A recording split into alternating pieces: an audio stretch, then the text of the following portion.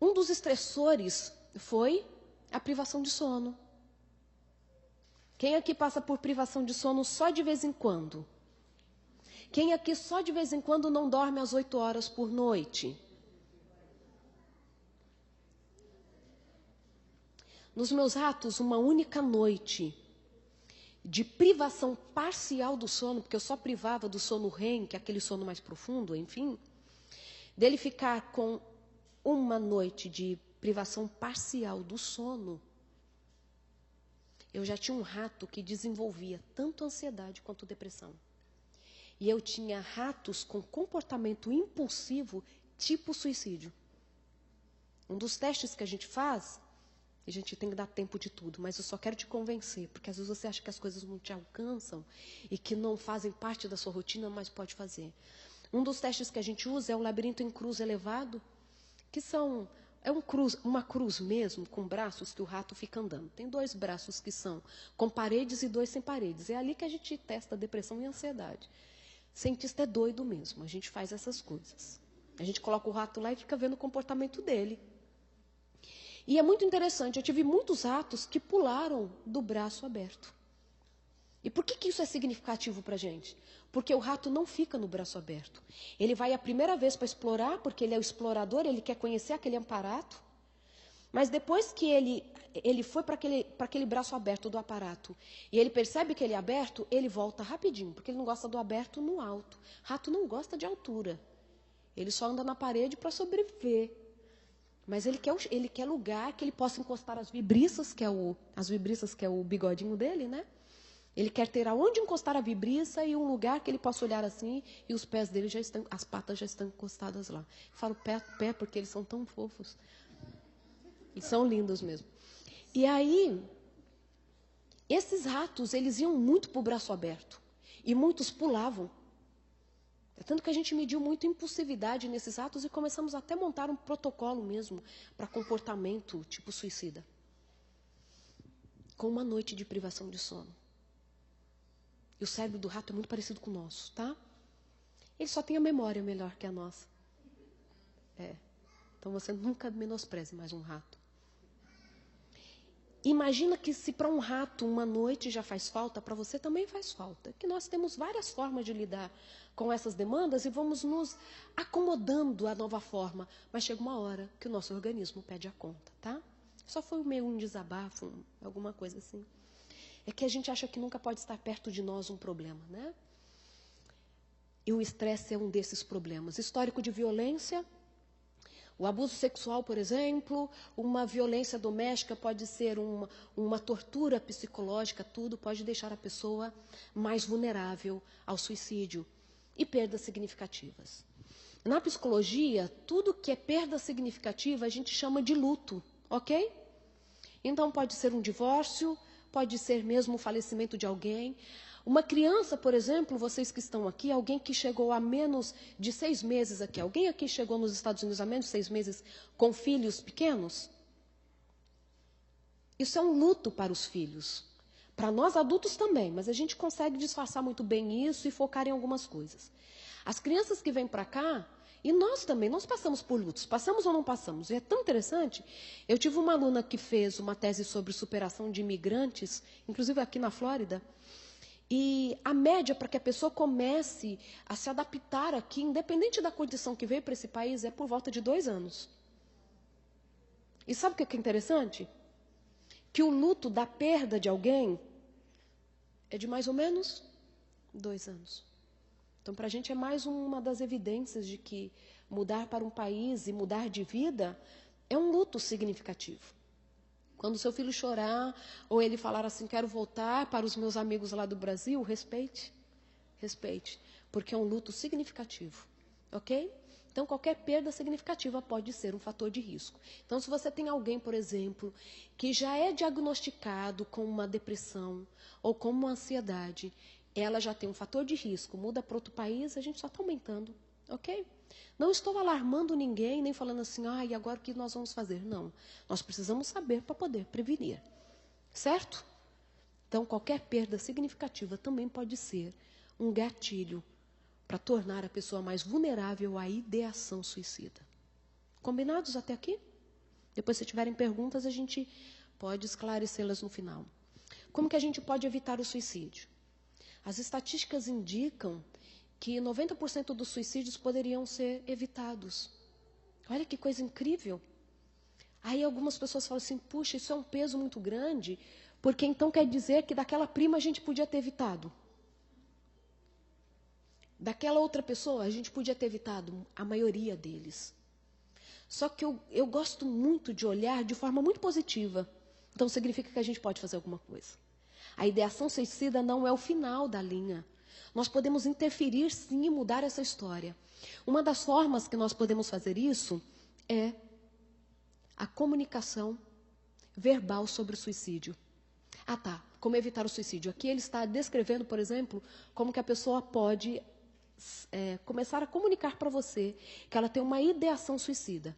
Então, ela pode usar de algumas formas.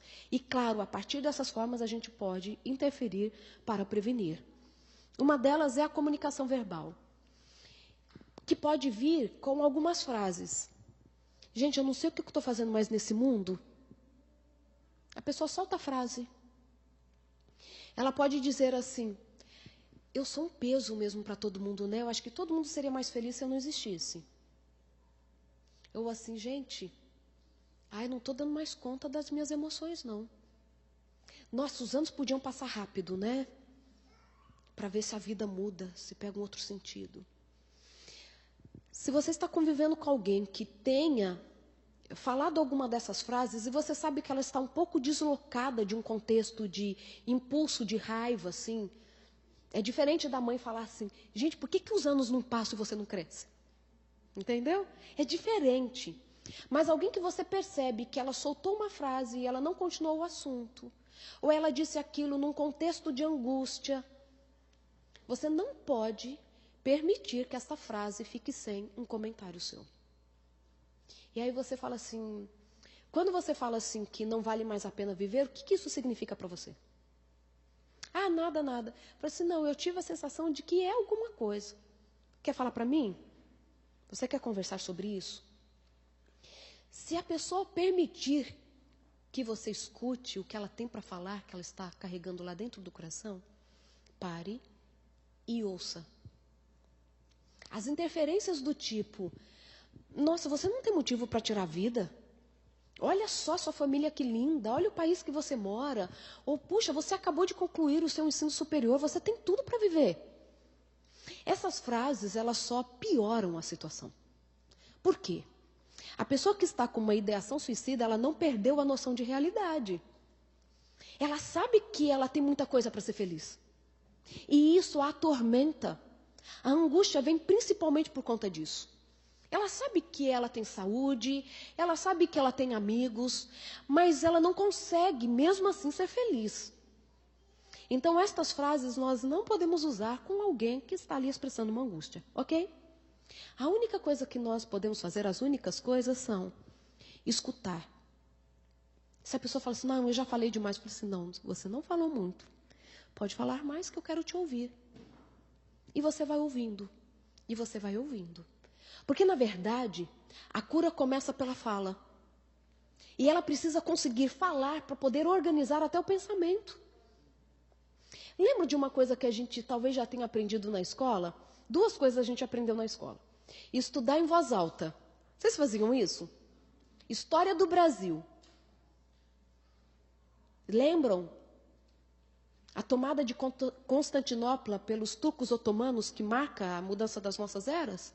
Lembram disso?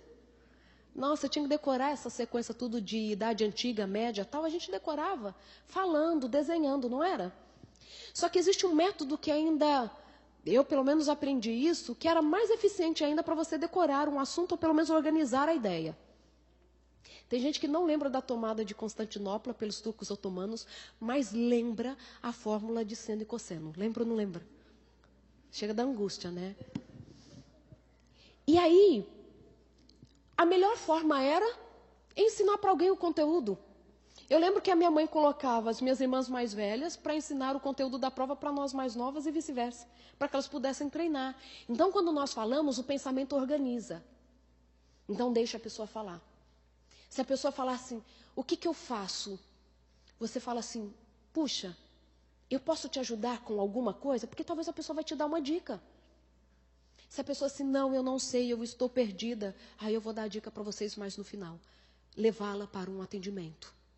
A pessoa que está com uma ideação suicida ou já tentou o suicídio, ela não tem a opção de não ir para um atendimento.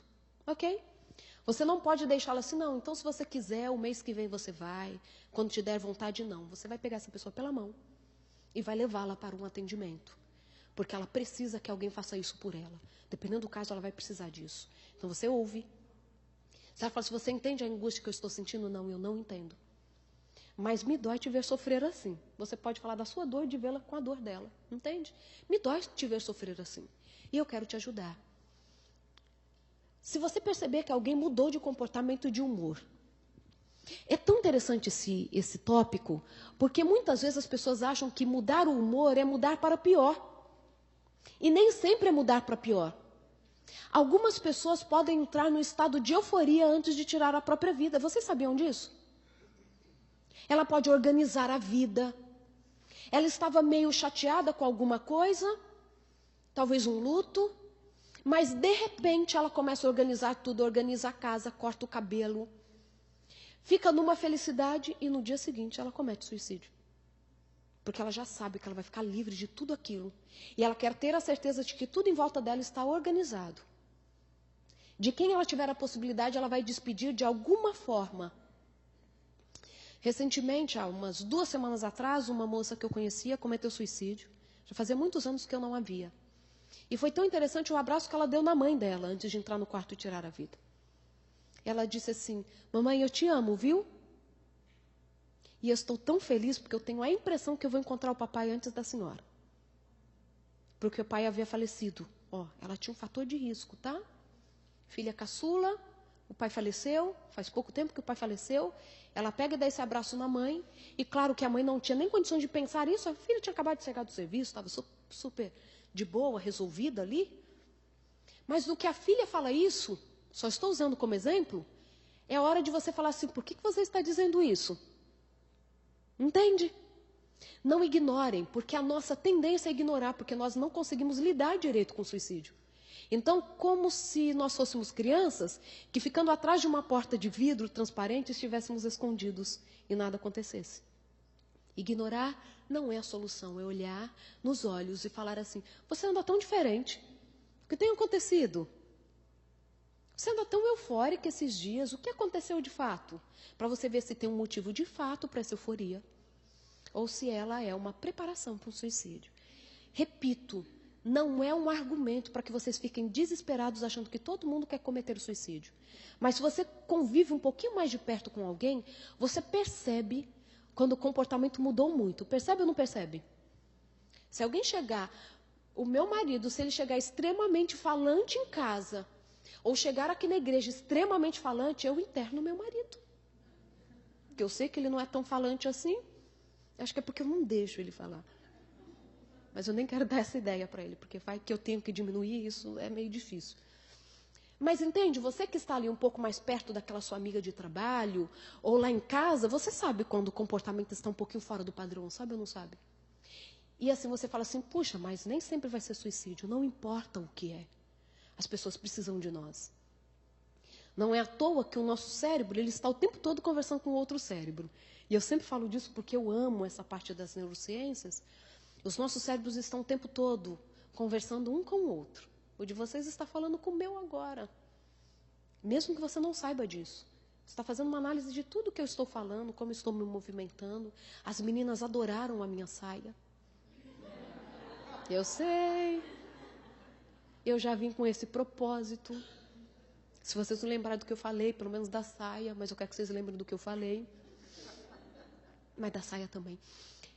E aí, quando você tem alguém perto de você que tem uma mudança de comportamento, é hora da gente prestar atenção. Não precisa ser suicídio, mas é uma angústia que talvez você possa ajudar a resolver. Uma ansiedade, uma depressão, uma preocupação mesmo menor. E talvez ao falar a pessoa já começa a resolver dentro dela mesma. O falar é terapêutico. E ajude a pessoa a descrever o sentimento. Por exemplo, Ela sai, eu estou sentindo uma coisa aqui dentro de mim, tal. Assim, você consegue me falar melhor o que você está sentindo? O que é? O que está acontecendo aqui dentro? Eu não sei, tem alguma coisa aqui. Você sente um aperto? É algum sentimento? É o coração querendo sair pela